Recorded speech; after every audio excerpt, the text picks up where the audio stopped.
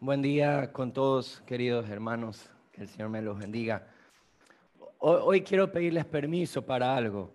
Yo sé que vivimos en Guayaquil y hace a veces calor, pero en la oficina donde nosotros trabajamos estaban pintando y arreglando y hay un polvillo y parece que eso me ha afectado a la voz. Entonces, hoy la verdad le estoy pidiendo al Señor que no me falte la voz, como cantó el hermano, nada no faltará, que no me falte la voz para poder compartir el mensaje.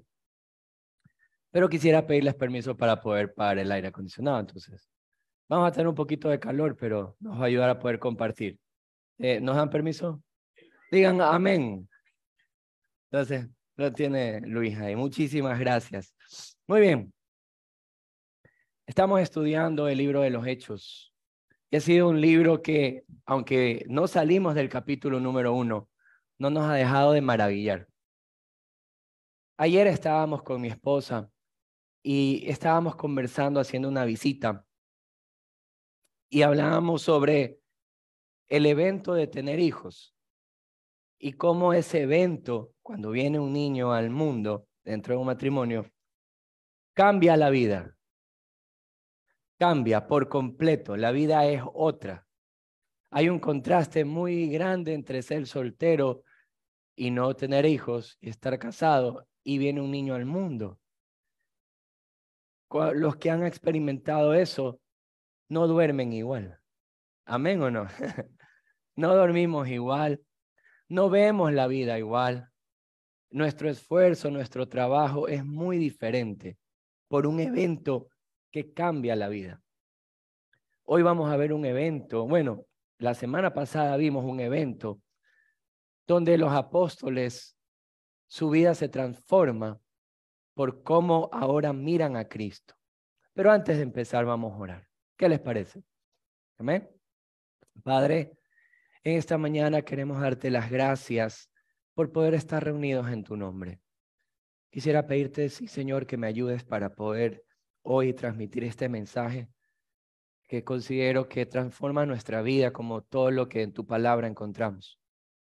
Que nos ayudes hoy y que abras nuestro entendimiento para no mirar a Cristo igual, para que lo que hoy aprendamos a través de la Biblia transforme nuestra manera de ver la vida. Te damos gracias, Señor, en el nombre de Jesús. Amén.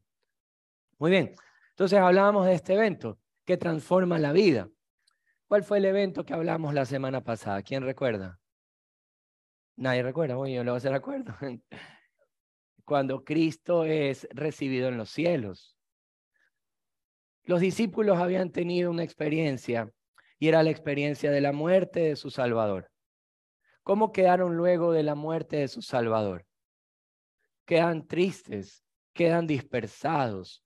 De hecho, vamos un ratito a Lucas 24 y observemos, por favor, un momento, cómo quedaron los discípulos cuando Cristo muere, y de hecho Cristo muere y resucita. Hay algo importante. Y Cristo ya les había dicho que era necesario, que era atravesar a la muerte, pero que asimismo iba a resucitar. Él se los venía enseñando. Pero cuando esto pasa, cuando Cristo muere y resucita, unas mujeres van al sepulcro y observan a Cristo resucitado, y los discípulos reciben esta noticia. Y veamos un poquito la historia desde el verso 6 de Lucas 24. Y dice así: no está aquí, hablándole el ángel a las mujeres, y no está aquí, sino que ha resucitado. Acordaos de lo que os habló cuando aún estaba en Galilea, diciendo: es necesario que el Hijo del Hombre sea entregado en manos de hombres pecadores y que sea crucificado y resucite al tercer día. Entonces, ¿qué dice la Escritura? Ellas se acordaron de sus palabras y volviendo del sepulcro dieron nuevas de todas estas cosas a los 11 y a los demás. Verso 10 nos dice que era María Magdalena y Juana, María madre de Jacobo y las demás con ellas, quienes dijeron estas cosas a los apóstoles, mas a ellos les parecía, ¿qué cosa? Locura las palabras de ella. ¿Y qué más añade? Y no las creían. Entonces, cuando nosotros vemos ese evento donde Cristo es recibido en los cielos, vamos a ver un contraste muy marcado, un cambio muy marcado en la vida de los discípulos, de los apóstoles. Ellos reciben la noticia de Cristo ha resucitado, pero no lo creen. Hay incredulidad en su corazón. De hecho, el mismo relato de Lucas habla de dos caminantes de Emaús, y cuando ellos van caminando, dice la escritura que ellos estaban entristecidos, estaban con un corazón triste, y Cristo se les acerca y le dice, ¿por qué están tristes? Y ellos dicen, porque ha muerto Jesús, en breves palabras. Jesús les dice esto en el verso 25. Entonces él les dijo, insensatos, tardos de corazón, para creer todo lo que los profetas han dicho. Verso 26. No era necesario que el Cristo padeciera estas cosas y que entraran en su gloria. Entonces, estos versículos nos dejan ver algo. ¿Cómo estaban los apóstoles, los discípulos, los seguidores de Jesús cuando Cristo había dicho que era necesario que Él muriera y que resucitara? Estaban en incredulidad. La Biblia nos enseña, inclusive en el Evangelio de Juan, que regresaron a pescar. No veíamos tal vez en ellos expectativa de la resurrección de Cristo. Pero luego que ellos vieron a Cristo resucitado, 40 días con ellos y ascendido a los cielos y sentado a la diestra de Dios Padre, como hablábamos la semana pasada, cambió su vida. Este evento cambió su vida. Ahora sí, vamos a Hechos y vamos a leer desde el versículo 12 en adelante. Hechos capítulo número 1, para que aquellos que nos están escuchando por las redes, por favor, para que vayan a sus Biblias y cojan el libro de los Hechos, capítulo número 1, versículo número 12. ¿Llegaron ahí? Díganme, amén. Muy bien, dice la escritura. Entonces volvieron a Jerusalén desde el monte que se llama del Olivar, el cual está cerca de Jerusalén, camino de un día de reposo. Y entrados, subieron al aposento alto, donde moraba ¿quién? Pedro, Jacobo, Juan, Andrés, Felipe, Tomás, Bartolomé, Mateo, Jacobo, hijo de Alfeo, Simón el celote y Judas, hermano de Jacobo. Todos estos, ¿qué dice la Biblia? Perseveraban, ¿cómo? Unánimes, ¿haciendo qué? Oración y ruego con las mujeres y con María, la madre de Jesús, y con sus hermanos. Y en aquellos días Pedro se levanta de en medio de los hermanos y los reunidos eran como 120 en número. Muy bien, vamos a detenernos un momento ahí. Haber sido testigos de Cristo resucitado, recibido en los cielos, sentado a la diestra de Dios Padre. Y la semana pasada observamos todos los ministerios de Cristo ahora en el trono, intercediendo por nosotros. Él sabe nuestras debilidades, nos socorre. Todo esto ya lo aprendimos la semana pasada. Y esto los discípulos ya lo habían visto, ya lo sabían. Cristo es recibido, hay la promesa de su retorno y la Biblia nos dice que ellos se quedaron con gozo. Ahora, luego de tener esa experiencia, de ver a Cristo de esa forma, ¿cómo actuaron? ¿Qué hicieron? ¿Dónde se encontraban? ¿En qué ciudad se encontraban? En Jerusalén. ¿Por qué fueron a Jerusalén? ¿Saben por qué fueron? Porque Cristo les había dicho que tenían que ir a Jerusalén y en ese lugar esperar la promesa del Padre. Qué diferente cuando en cambio Cristo muere y les había enseñado que Él debía de morir y que iba a resucitar, y los discípulos no estaban expectantes ¿de qué? De la resurrección. Sí. Es que cuando usted y yo tenemos un encuentro con Cristo, con aquel Cristo que está vivo, con aquel Cristo que murió, que resucitó y que está sentado a la Dios Padre, nuestra vida, su vida, aquellos que han depositado su confianza en Cristo, nunca más es igual. Nunca más es igual. Y estos hombres lo demuestran. Están en Jerusalén. ¿Y qué estaban haciendo? Yo le puse, estaban en la unidad de la fe. Ellos estaban en la unidad de la fe. Para mí ver este evento es ver cómo la iglesia, cuando tiene esta visión correcta de Cristo, vive en una unidad de la fe. ¿Por qué? Porque estaban obedeciendo. ¿A qué? Al mandato de Cristo. Vayan a Jerusalén. ¿Qué más estaba pasando? Estaban orando, estaban perseverando en oración, estaban unidos en oración. ¿Cómo estaban antes? Tristes, cabizbajos, dispersos. No estaban expectantes. Ahora sí están expectantes. Están dependiendo de Dios porque están orando. O sea, cuando Cristo les ha dado la promesa, el Espíritu de Dios vendrá a ustedes. Ellos ya no están, uy, no, con tristeza. No, están expectantes y están dependiendo de Dios. La oración muestra eso, dependencia de Dios. Ahora, no solamente que esto acontece luego del evento. Por eso le hemos puesto a esta enseñanza la ascensión 2.0. Porque es como la segunda parte. Puedes reírse tranquilo. Es un chiste. Es súper agrio, pero la idea es. Muy bien, entonces, esto de la ascensión 2.0 tiene que hacernos meditar por cómo es nuestra vida con Cristo.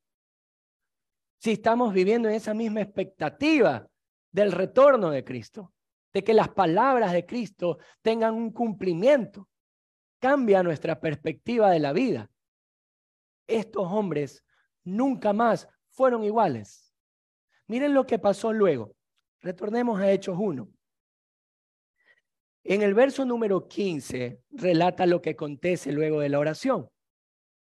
En aquellos días, Pedro se levantó en medio de los hermanos y eran como 120 en número. Perdón. Y dijo: varones hermanos, era necesario que se cumpliese las escrituras en el que el Santo Espíritu habló antes por boca de David acerca de quién, de Judas, que fue guía de los que prendieron a Jesús y era contado con nosotros y tenía parte en este ministerio, pues con el salario de su iniquidad adquirió un campo y cayendo de cabeza se reventó por la mitad y todas sus entrañas se derramaron. Y fue notorio a todos los habitantes de Jerusalén que de tal manera que aquel campo se llama en su propia lengua como Aceldama. ¿Qué quiere decir campo de sangre? Porque está escrito en el libro de los Salmos: sea hecha desierta su habitación y no haya quien more en ella. ¿Y qué más dice? Y tome otro su oficio. ¡Wow! ¿Qué pasó aquí? Aquí hay algo también. No solamente que vive en la unidad de la fe, sino que aquí hay algo interesante. Comprenden las escrituras. Una vez que ellos han visto, ¿a quién? A Cristo. ¿Cómo? Resucitado y sentado, ¿dónde? A la diestra de Dios Padre en todo poder. Él está en el trono. Ahora pasa algo interesante. ¿Qué pasó? Comprendieron la escritura. ¿Se acuerdan que ellos no comprendían que era necesario que Cristo muriera y luego resucitase? ¿Se acuerdan de eso? Pero Lucas, ¿y por qué cito tanto Lucas? Porque es el mismo escritor de Hechos. Vengan conmigo nuevamente al capítulo 24. En el capítulo número 24, venga conmigo desde el versículo 42. Cuando usted llegue ahí, dígame un fuerte, hable bien, pastor.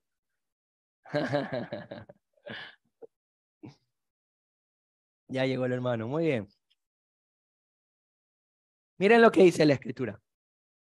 Entonces, le dieron parte de un pez asado y un panal de miel, y él lo tomó y comió delante de ellos y les dijo: estas son las palabras que os hablé cuando aún estaba con vosotros.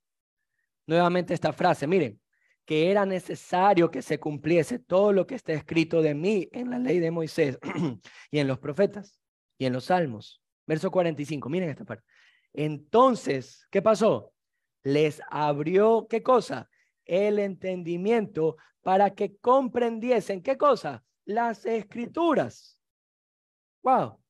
Este evento de hechos, luego de la resurrección, es la primera vez la primera vez en la que los discípulos comprenden que era necesario que ciertas cosas pasen porque Dios lo había dicho así. Era la primera vez que los discípulos veían la vida de la iglesia a través de las escrituras. Antes no. Cuando Cristo había muerto y resucitado, no lo vieron a través de las escrituras, no vieron su vida a través de la escritura, no vieron la vida de la iglesia a través de la escritura, lo vieron a través de sus sentimientos. Es la primera vez que ellos miran su vida a través de las escrituras. Queridos amigos, es que cuando hemos visto a Cristo que ha muerto, que ha resucitado y que ha ascendido y que está sentado en el trono, conocemos ahora a Cristo de manera diferente. Usted y yo, la iglesia, ya no puede ver su vida de manera alejada a las escrituras. No lo podemos ver alejado. Tenemos que ver lo que es. Cristo ha dicho que hay eventos que van a suceder. Y ahora entendemos algo claramente, que nuestra vida no está aislada al cumplimiento de la voluntad de Dios sobre la iglesia, sobre el mundo. Hay veces que podemos pasar eventos donde son situaciones difíciles, complicadas, adversas. Y a veces nos sentamos y decimos, es que Dios tal vez no puede comprender esto, o mi situación es tan pequeña que tal vez a Dios no le interese esto. Pero nosotros no podemos ver nuestra vida desconectada de que la voluntad de Dios se está cumpliendo en nuestra vida, en la iglesia y en el mundo. ¿Amén o no amén?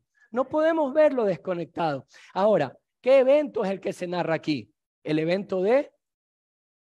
¿Sí estamos presentes? No, el evento de la traición ¿de quién? De Judas. Ellos estaban orando. ¿Y qué pasó? Pedro se levanta, ¿verdad? Y habla ¿de quién? ¿De qué evento? De Judas, de la traición de Judas, ¿verdad? Ahora, aquí hay que hacerse preguntas. ¿Cómo tal vez usted se sintiera si hubiera vivido lo que ellos vivieron? Miren, nosotros tal vez miramos ahora desde nuestro contexto. Si yo digo la palabra Judas, ¿qué se le viene a la mente? El traicionero. O sea, pobrecito, un niño al quien alguien lo haya bautizado como Judas. Hay que compadecerse, porque todo el mundo va a decir, ese es el traidor. Pero Judas, claro, nosotros ya lo vemos después, pero Judas estuvo con Cristo, caminó con Cristo, ministró con Cristo, con los otros discípulos, estaban juntos a ellos. De hecho, cuando Jesús habla de que lo iban a traicionar, todos se hicieron la pregunta, ¿seré yo? ¿Seré yo? Tal vez cuando nosotros vemos a Judas decimos, ay, hay un traidor, pero entre ellos tal vez no era así. Tal vez les cogió de sorpresa. Es un evento fuerte. Pero esto estaba fuera del conocimiento de Dios.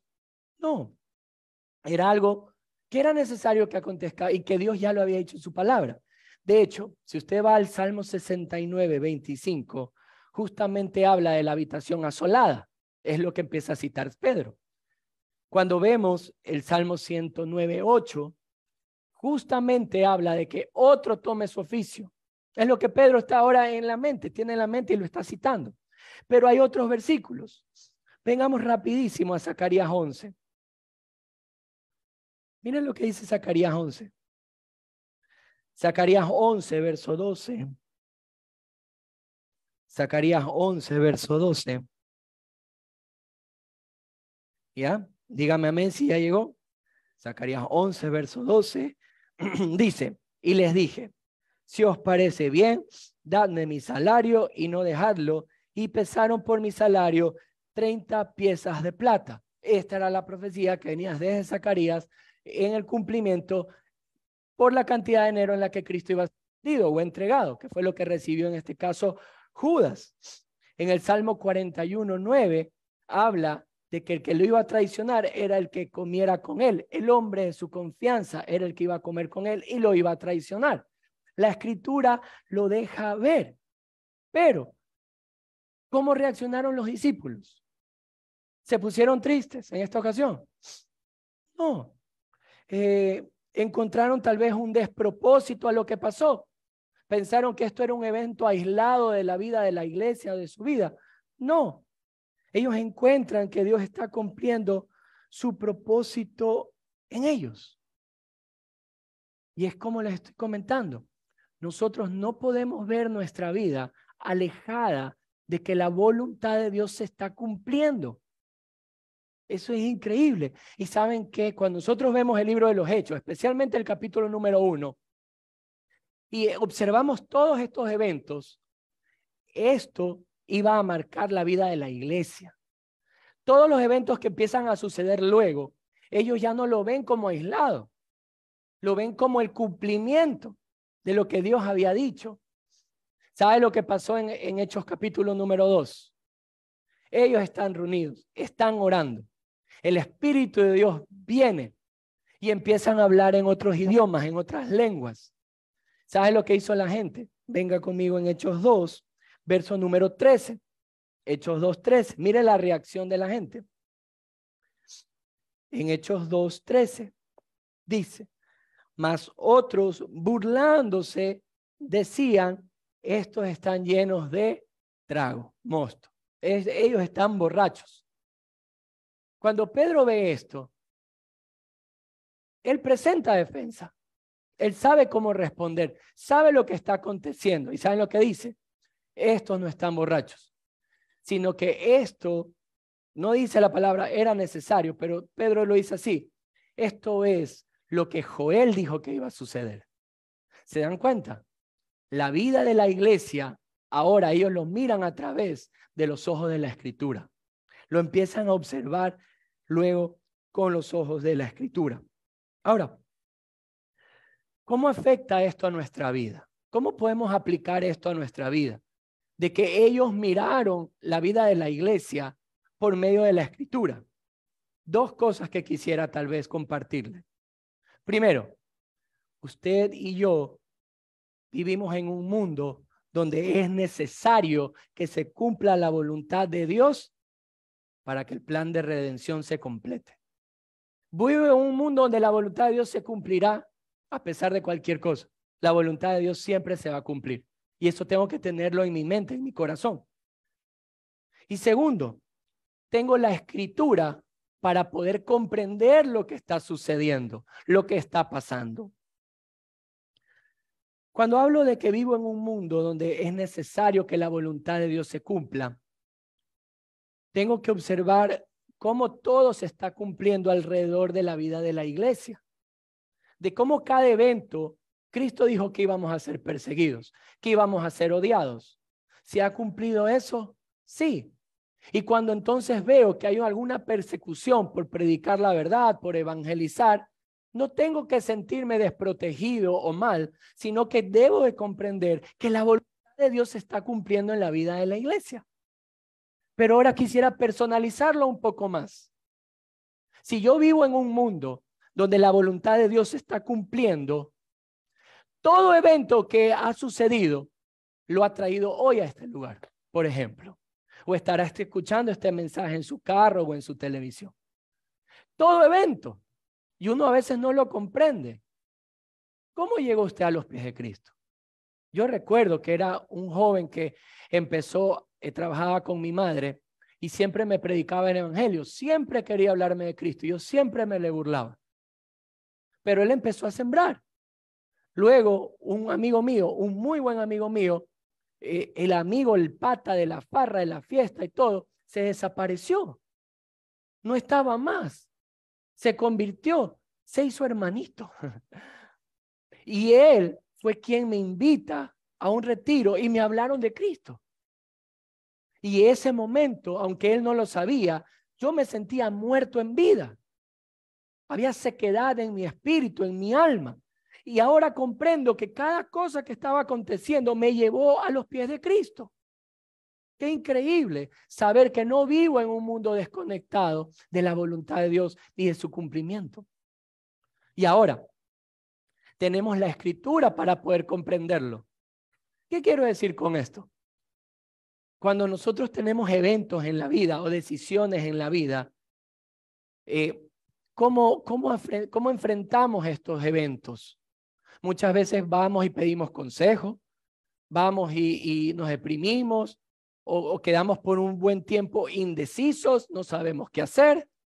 Cuando tenemos la Escritura, si yo vivo en un mundo donde la voluntad de Dios se tiene que ir cumpliendo y tengo la Escritura para comprenderlo, tengo que aplicarlo. ¿Eso no es verdad? Pongamos ejemplos tal vez básicos. Cuando un joven se quiere casar. Cuando un joven se quiere casar, ¿qué es lo que normalmente uno hace? Hoy han venido bien santurrones, ¿verdad? Dice, bueno, la jovencita me agrada, no sé, hay varias cosas. O si somos cristianos, decimos, bueno, Señor, ¿cuál es la chica idónea para mi vida? Entonces, ¿qué hace el creyente? Va a la Biblia, hace así y pone ahí el dedo, ¿verdad? Entonces, yo le decía esto a mi esposa, la palabra o el nombre Grace no está en la Biblia. O sea, me hubiera tocado casarme con una Sara, con una Ruth. O sea, si no está el nombre ahí, ¿cómo me caso? Entonces, Javier, ¿cómo es que la Escritura me puede ayudar a comprender mi vida? Claro, mira, tal vez la Biblia no te va a decir, cásate con Pepita Pihuave. No, ¿ya? Pero digamos esto, el libro de los Proverbios, por ejemplo, te puede enseñar a través de la Escritura cómo debe ser una mujer piadosa y cómo entonces poner tu mirada y tu oración sobre la vida de una mujer piadosa. Y asimismo la mujer, observar cómo es un hombre que teme genuinamente a Dios. Entonces, eso te marca un camino, ¿para qué? Para saber escoger. Para saber entonces qué es lo que conviene en la vida y el matrimonio. Entonces, vivo en un mundo donde la voluntad de Dios se debe de cumplir y yo vivo en este mundo y todo esto me acerca a la voluntad de Dios y tengo la Escritura, ¿para qué? Para comprenderlo, para entenderlo. La Biblia nos habla sobre las prioridades. ¿Cómo saber cuál es la prioridad en la vida del ser humano o del creyente? ¿Quién está primero? Dios. ¿Quién va segundo? El prójimo. Entonces ahora comprendo cómo hago mis prioridades. Hablando de las relaciones personales. Señor, ¿qué debo hacer en este caso donde me pasa esto con mi primo, mi hermano, mi madre? Estoy bravísimo, bravísima con ella.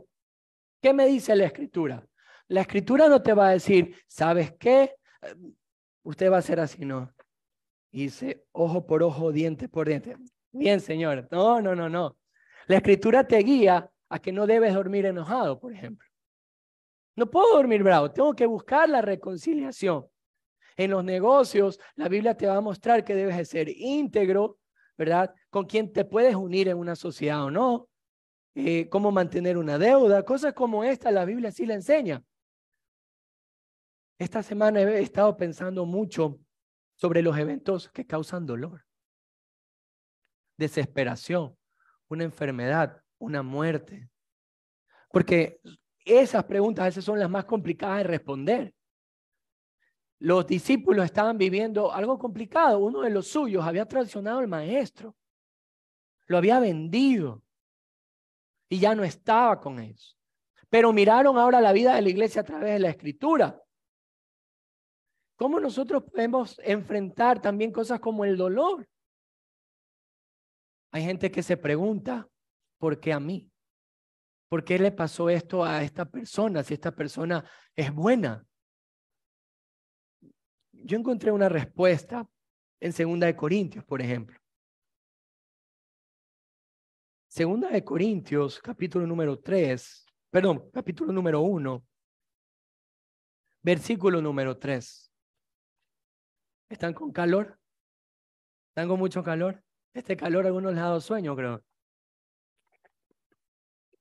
Después los voy a ver gritando los goles de la selección. Está bien. 2 Corintios, capítulo número 1, versículo número 3. Miren lo que dice la Biblia. Llegó, dígame amén. Perfecto. Bendito sea el Dios y Padre nuestro, de nuestro Señor Jesucristo, que dice luego, Padre de misericordia y el Dios de toda consolación, el cual nos consuela en todas nuestras tribulaciones, para que podamos también nosotros hacer ¿qué cosa? Consolar a los que están en cualquier tribulación por medio de la consolación con que nosotros somos consolados por Dios. Miren, hay veces que sí me han llegado a preguntar, Javier, ¿por qué esta familia tuvo que atravesar esto? Son preguntas muy difíciles de responder porque no somos Dios. Pero este versículo que Pablo escribe a los Corintios nos dice algo importante. Primero, el título que se le da a Dios, Padre de toda consolación, Dios de toda consolación. Y Pablo enseña que en sus tribulaciones Él ha sido consolado en abundancia y que ahora como Él ha sido consolado, Él va y consuela. No podemos ver nuestra vida aislada de la voluntad de Dios y mirar nuestra vida a través de la Escritura. Ahora podemos comprender que cuando vivimos situaciones como estas, Dios siempre va a traer su consuelo. De alguna forma trae su consuelo. Y ese consuelo a nosotros nos enseña que cuando otro atraviese esa situación, yo me muevo para también consolar. Decíamos ayer, compartíamos esta palabra con una pareja y este siempre ha sido un ejemplo que vivimos años atrás con nuestra familia, cuando perdimos a mi hermana y mis padres perdieron su única hija mujer. En ese momento, ninguno de nosotros llegó a comprender por qué una joven de 24 años de edad tenía que partir de la forma en la que partió y en la fecha en la que partió, porque fue 30 de diciembre. Justamente un día antes de la celebración de fin de año, estaba embarazada con una niña de 4 años y quedó un hombre viudo joven también de 23. No nos explicábamos. Y sí venían las preguntas, ¿por qué? ¿Por qué a nosotros? ¿Por qué así? La verdad es que ver el ejemplo de mi padre y de mi madre, cuando atravesaron ese dolor, es algo sobrenatural. Se refugiaron en el Señor. Estaban entre el camino de venir a la verdad en Cristo y la religión tradicional y estaban siempre indecisos. Los movió a acercarse a las Escrituras, se bautizaron. Pero no solamente eso, mis padres nunca han atravesado un seminario, jamás en la vida, nunca. Pero cuando mi madre ve a una persona que ha perdido un hijo, se mueve en compasión, se sienta, le conversa. Tiene un don que Dios le ha dado porque atravesó el dolor y ahora sabe cómo consolar a otros. Yo me quedo sorprendido cómo la buscan. Claro, nosotros no vivimos aislados de la voluntad de Dios y su cumplimiento aquí en la tierra. Pero yo no puedo aislar mi vida y no mirarlo a través de la forma correcta, que es la Escritura. Tengo que ver qué dice la Escritura para una situación en la que estoy viviendo. Y eso ellos lo vivieron luego de ver a Cristo resucitado, llevado a los cielos, sentado a la diestra de Dios Padre, sobre todo poder, sobre todo principado. Cristo es nombre sobre todo nombre. Tuvieron eso.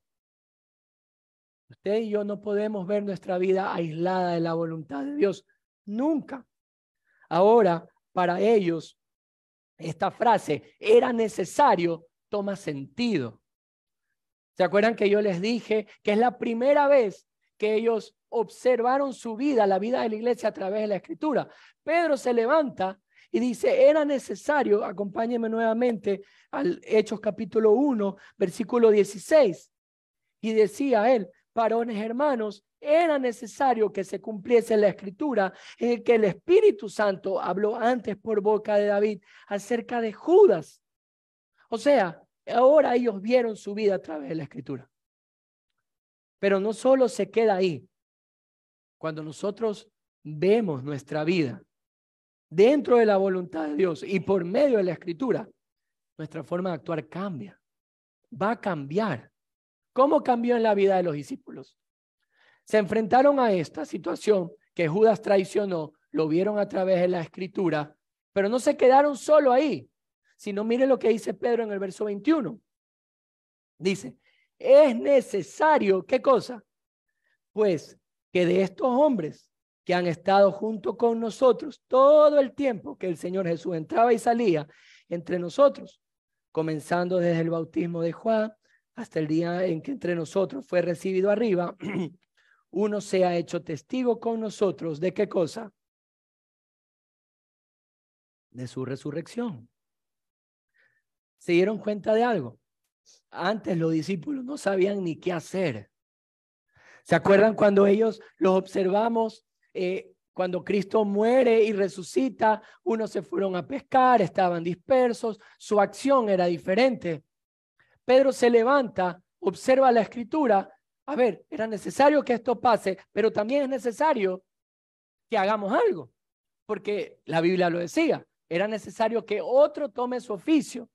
Y tiene una claridad, esto me encanta, porque de alguna forma Dios aquí los guía de manera clara y concisa, clara y concisa.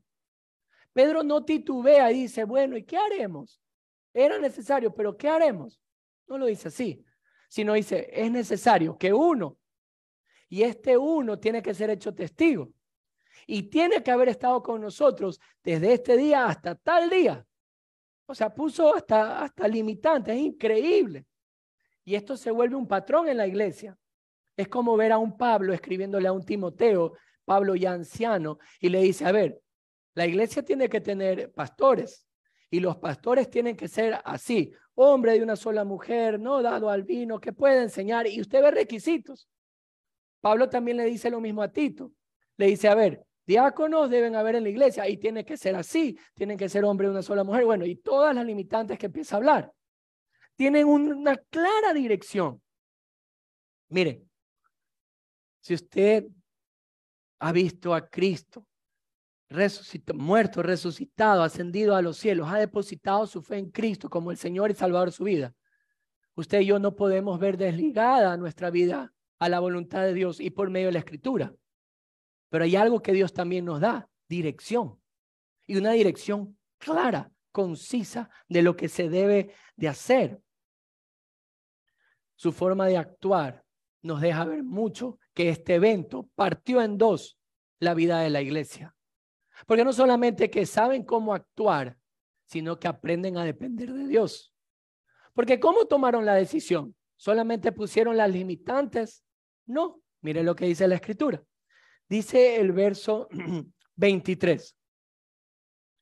Y señalaron a dos. ¿A quiénes señalaron? A José, a ver, acá está José también. Dice a José, llamado Barsabás, que tenía por sobrenombre, ¿cómo? Justo. ¿Y quién más estaba? Y Matías. Y orando dijeron, Señor, tú que conoces los corazones de todos, muestra cuál de estos has escogido, para que tome la parte de este ministerio apostolado, de que cayó Judas por transgresión para irse a su propio lugar. Y echaron suertes y les cayó sobre Matías y fue contado ¿cómo? Con los 11. Tienen una dirección, sabían cómo tenían que hacer, pero qué difícil. Díganme si no es difícil.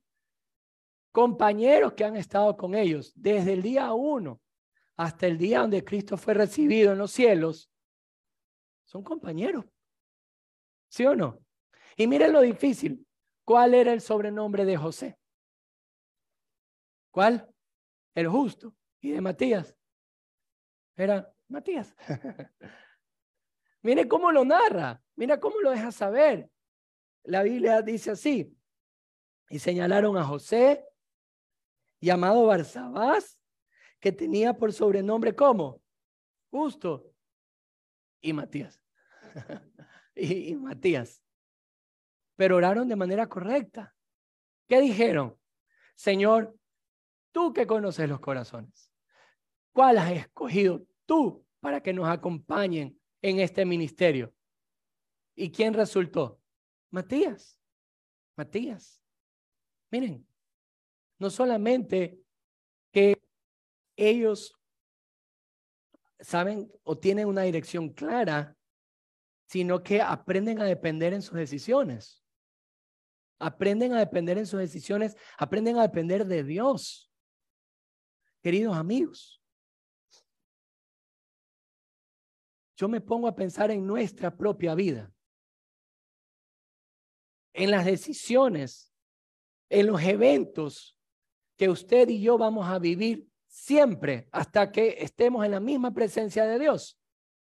Vamos a vivir en esta tierra, pero no podemos vivir desconectados de un pensamiento correcto. No vivo en un mundo que se juega al azar. Vivo en un mundo, vivo en un planeta donde la voluntad del Dios soberano se cumple en todo momento. Pero ahora que conozco a Cristo, lo conozco como aquel Mesías que sufrió en la cruz, que murió por mí, que resucitó y que ascendió a los cielos y que está sentado en el mismo trono de Dios. Ese es mi Dios. Ahora que le conozco, no puedo ni puede usted desconectar su vida de la voluntad de Dios. Usted va a salir hoy de este lugar y va a correr toda la semana, pero debemos observar la vida de la iglesia y nuestra vida a través de la Escritura. ¿Y sabe qué? Tengo la Escritura para comprender la voluntad de Dios. Y cuando comprendo la voluntad de Dios, tengo dirección en mi vida. Y cuando tengo dirección en mi vida, aprendo a tomar decisiones dependiendo de Dios. ¿Cómo va a vivir usted hoy? ¿Cómo va a salir hoy de este lugar? ¿Cómo va a actuar luego de haber escuchado esta enseñanza? ¿Cómo va a ver los eventos que pasen de hoy en adelante? ¿Cómo va a conectar su vida a la Escritura? Yo quiero animarle a que no se vea como un ente aislado de la voluntad de Dios. Todo pequeño detalle que pasa en su vida, a Dios le importa y Dios la conoce y Dios da respuesta. No la vea como algo aislado. Pero así como los discípulos vieron a Cristo muerto, resucitado, ascendiendo a los cielos, y ahora vieron su vida a través de la Escritura, mi consejo es, hagan lo mismo. Cuando tenga algún evento, alguna situación, alguna decisión, ¿dónde debe correr usted? A la Escritura. Mirar su vida a través de la Escritura. Y si alguien tal vez que esté aquí o que nos mire a través o que nos escuche este mensaje y diga, pero yo no conozco a Cristo, no sé quién es Él, solo lo he escuchado hablar de Él. Mi invitación es que le conozca, a que abra su corazón a Jesús, aquel que murió y resucitó, para traer reconciliación a usted con el Padre y darle este mismo caminar que le dio a los discípulos y a la iglesia hoy en día. Vamos a orar, queridos hermanos.